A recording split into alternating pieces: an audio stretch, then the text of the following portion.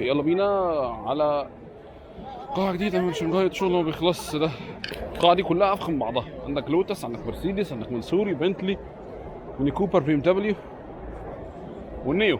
لوتس ايفايا، لوتس ايفايا كاتبين أرقامها على الأرض. دي أرقام على الأرض. هم واقفين بعيد عنها ب 70 متر ليه؟ 1980 حصان. اوبس. من صفر ل 300 في 9.1 ثانية. انا اعرف عربيات بتجيب من صفر ل 100 في 12 ثانية والله. وزنها 1850 كيلو، اخف يعني زي اليوم بلس تقريبا. توب سبيد 350 كيلو متر في الساعة. عادية عادية، مش طبيعية والله. بس اللي قدامها دي اللي غريبة قوي بصراحة، سوبر اكتر كده. بس الموضوع مرعب اكتر لما دي يعني ارقام دي مبهرة. امال اللي قدام دي بتعمل ايه؟ 3 راكب دي لما دي كده. مثلا يا لوتس بتقدم لنا شوية حاجات أجن من بعضها كلها.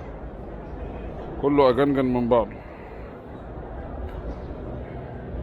2000 حصان تقريبا.